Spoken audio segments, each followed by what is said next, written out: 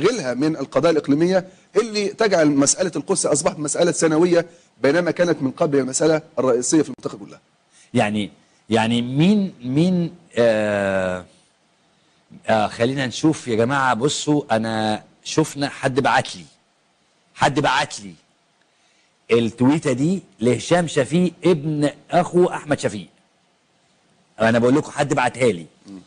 بص، بسم الله الرحمن الرحيم. لمن يهم الأمر، ذهبنا لاستقبال الفريق شفيق في مطار القاهرة أنا وباقي الأسرة، ولكن لم يسمح لنا أن نقابله، ولم يقابل أي من أفراد عائلته، ولم يذهب إلى بيته الكذاب مصطفى بكري، ولم يذهب إلى أي فندق كما أشيع، ولا نعرف أين هو حتى لحظة كتابة البوست ده.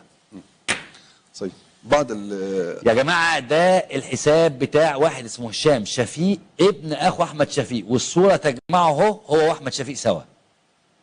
راحوا يستقبلوا الراجل في المطار هو وبقية الأسرة، لم يسمح لهم بأنهم يقابلوه ولا لأي حد، وما راحش بيته زي ما الكذاب مصطفى بكري كان بيقول، وما راحش أي فندق، وهم ما يعرفوش دلوقتي.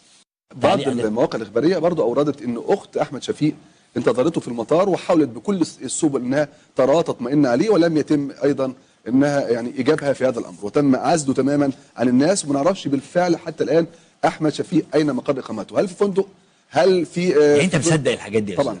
طبعا. وده على فكرة لو الحاجات دي صح يبقى بتأكد رأيك إن دي إحنا قدام وقائع خطف، اعتقال وخطف واختفاء قسري. اختفاء قسري. ايوه بالظبط. انا اسف بضحك بس يعني لا صحيح والله، يعني صحيح والله افتكرتها صدفه. لسه بقول لسعادتك دلوقتي اصل ده يتسق مع منهج السيسي، يعني اللي بيحصل مع احمد شفيق يعني يختفوا الناس قسريا. أيوة حتى احمد شفيق تماما مع السيسي يا فندم. الراجل المحامي ابراهيم متولي اللي كان مسؤول رابطه المختفين قسريا خدوه واعتقلوه